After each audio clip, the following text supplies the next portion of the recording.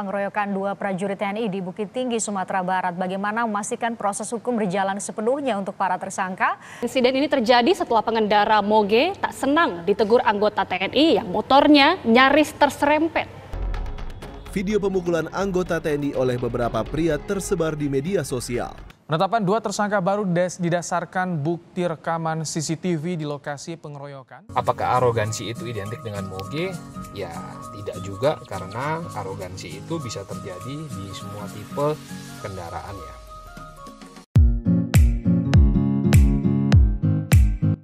Ya itu tadi, arogansi itu definisinya apa sih sebenarnya kalau kita mau tarik?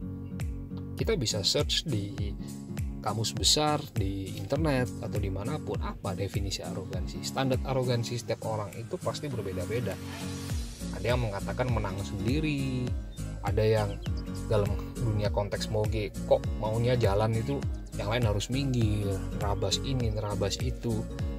Ya karena itu tadi, secara logika, dikawal maupun tidak dikawal, kalau jumlahnya sudah banyak dan sebuah komunitas memiliki, katakanlah kalau kita memiliki kendaraan biasa aja, nggak usah sepeda motor lah, mobil aja. Misal kita sering lihat kan, mobil melakukan itu jambore atau konvoy, mobil yang brandnya sama nih melakukan kegiatan seperti aktivitas touring atau ride, nggak usah banyak-banyak, ada 8 mobil aja, itu bisa terlihat arogan kalau etika-etika berlalu lintas itu tidak dipatuhi, seperti berbuat sopan di jalan raya, tidak melanggar rambu-rambu dan sebagainya. Memang mudah diucapkan, namun pada prakteknya itu agak sulit dilakukan, karena kalau kita ketahui tidak semua orang itu berpikiran seperti itu ketika mengemudi. Yang mereka pikirin itu, mumpung dalam satu konvoy supaya tidak terputus, ya udah kita jalannya rombongan aja, yang depan cepat kita cepat, yang depan buka jalan kita ikut, dan ini tidak mempedulikan perasaan pengguna jalan lain. Jadi seperti kayak begitu.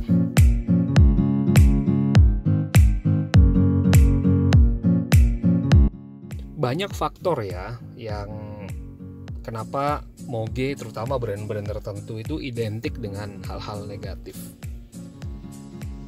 Salah satu yang kita nggak mau bahas terlalu detail, cuman ada faktor juga yang kenapa disorot, karena sesuatu yang bersifat eksklusif, sesuatu yang bersifat mahal, itu akan lebih mudah didetek sama orang daripada itu dilupain ya, atau tidak ditoleh. Kalau sesuatu yang biasa-biasa, misal kayak konvoy sepeda motor, motor kecil lah 150 cc, berbuat arogan pun tidak mungkin jadi suatu berita gitu loh, karena tidak ada faktor X-nya di situ. Namun kalau moge nih, gak usah banyak-banyak, 7 atau 8 aja yang berbuat arogan itu udah masuk di radio, masuk di media. Jadi center of attention-nya mereka tuh tinggi sekali, karena itu tadi ada stigma di masyarakat yang sudah terbentuk, bukan 1 kali, 2 kali, 3 kali kejadian, tapi sudah bertahun-tahun. Dan ini lapisan ini terbentuk dengan ditambahi dengan berita-berita yang terus berkembang negatif.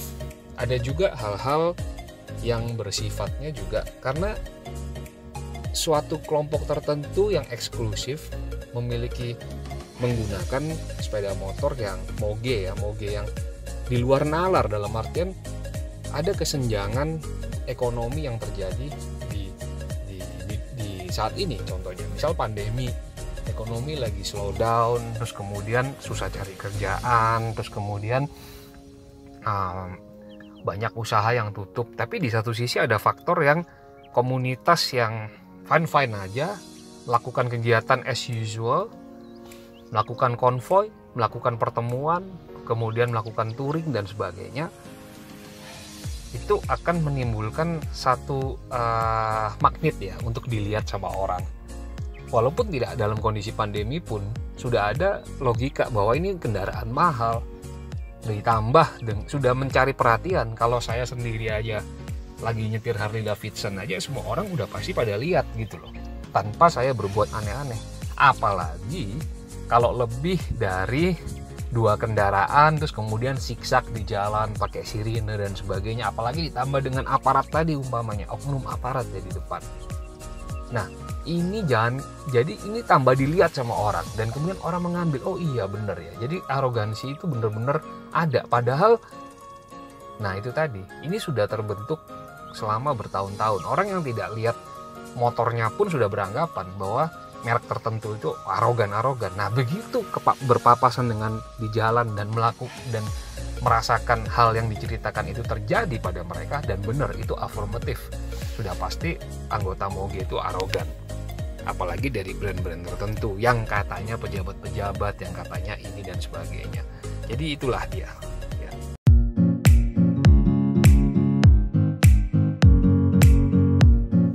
Kembali ke pribadi masing-masing. Apa sih tujuan dari memiliki sebuah Moge? Apakah karena kita betul-betul hobi atau kita menikmati aktivitasnya kah, ketika touring kah, atau ketika kita kumpul bersama teman-teman kah, atau sebagainya? Apa sih purpose dari memiliki Moge? Dan kalau kita sudah mengerti apa tujuan kita memiliki Moge, karena banyak juga teman-teman saya punya Moge katanya karena ya untuk kepentingan kerjaan lah, itu ada juga beberapa yang jawab seperti gitu. Ada yang pure hobi juga seperti saya juga. Namun ada juga yang ya karena itu tadi privilege, dekat dengan pejabat, dekat dengan oknum beberapa petinggi dan sebagainya, aparat-aparat dan sebagainya, itu menimbulkan kesan bahwa memperluas networking. Ada juga yang seperti gitu. Apapun itu tujuan dari Anda memiliki Moge, kita harus ingat bahwa jalanan itu milik bersama. Marilah, tidak usahlah kalau kita menggunakan kendaraan tersebut untuk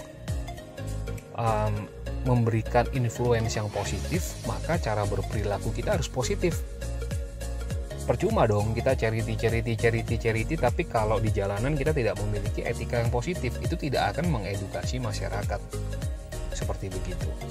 Kita harus taat, walaupun kendaraan kita besar, panas, kita harus lihat pemimpin kita juga. Tidak pernah membunyikan sirine, minta jalannya sopan, bukanya dan sebagainya. Moge itu kita nikmati kalau orang lain yang melihat bisa menikmati juga. Itu yang terpenting. Kalau orang lain yang melihat memberikan stigma negatif karena banyak di antara mereka yang mengalami hal yang sama, itu akan sulit buat kita ke depannya untuk dapat menikmati Moge. Jadi etikanya normal aja. Lampu merah berhenti, jalan santai, mau minta jalan minta pakai tangan, kasih jempol sesudahnya, tidak perlulah sirine lah. Buat apa sih sirine itu? Emangnya ada yang berduka lewat harus pakai sirine? Kan tidak. Ya, justru kita mau fun-fun, kita mau santai, beretika lah. Jargonnya sudah bagus, ADART-nya sudah bagus, orangnya sudah bagus, kendaraannya sudah bagus, tapi etikanya harus closingnya yang bagus. Kalau itu sudah bagus, saya jamin masyarakat akan terbiasa dan teredukasi. Bahkan kalau suatu saat mereka melihat Moge yang santun di jalan, bukan tidak mungkin mereka akan mensupport kita, memberikan jalan kepada kita, foto bareng dan sebagainya. Jadi etika itu kembali ke diri masing-masing. Kita sudah tahu fungsi rambu-rambu lalu lintas itu apa. Kalau tidak mungkin kita bisa mengendarai sebuah kendaraan di jalan raya. Kita tahu, hanya semua kembali ke diri kita masing-masing. Stop menggunakan sirine dan berbuat yang tidak umum. Yang tidak umum itu apa? Ya itu tadi, kasar, arogan dan sebagainya. Semua kembali ke diri masing-masing, dan ingat, Moge itu hanya bisa nikmat kita kendarai kalau orang di sekeliling kita merasakan manfaatnya. Berbuat positiflah kepada society, sopanlah kepada masyarakat, dan pasti impulsnya, timbal baliknya mereka juga akan berlaku sama kepada kita. Dan itu baru nikmat, tidak peduli mereknya apa, apapun lah, oke? Dan itulah sedikit pencerahan dari saya. Semoga kedepannya di video-video berikutnya tetap kita akan memberikan informasi terkait tentang dunia otomotif. Dan ini ada satu lagi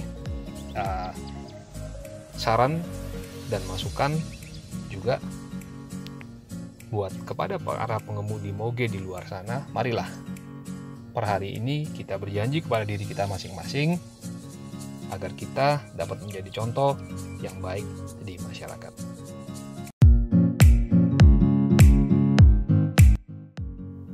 Satu lagi, untuk berikutnya, jika Anda ingin mengetahui tentang informasi seputar moge atau otomotif, Anda dapat mendownload aplikasi di bawah ini. Aplikasi Otosmart yang diciptakan, dikhususkan untuk para penghobi otomotif. Di situ bisa melakukan kegiatan charity, bisa ada juga informasi tentang jual beli kendaraan maupun video-video ulasan otomotif terbaru. Jangan lupa download di Google Apps, Google Store, aplikasi otomotif. Salam moge.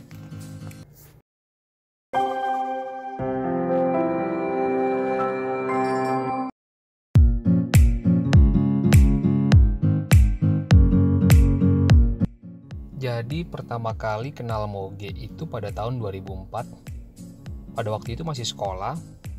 Terus kemudian sudah suka dengan dunia moge, memiliki moge brand Itali, dan kemudian dari tahun 2010 sudah aktif di organisasi, salah satu organisasi moge terbesar di Indonesia. Sempat membidangi 3 periode berturut-turut sebagai ketua bidang charity. Terus kemudian yang terakhir sempat juga punya klub moge, dan saya sebagai sekjen 2 periode berturut-turut di situ. Jadi moge sudah bukan dunia baru lagi, dan hampir semua tipe moge mulai dari 1 silinder, 2 silinder, 3 silinder, 4 silinder sudah pernah saya gunakan, maupun ada juga yang beberapa yang saya miliki.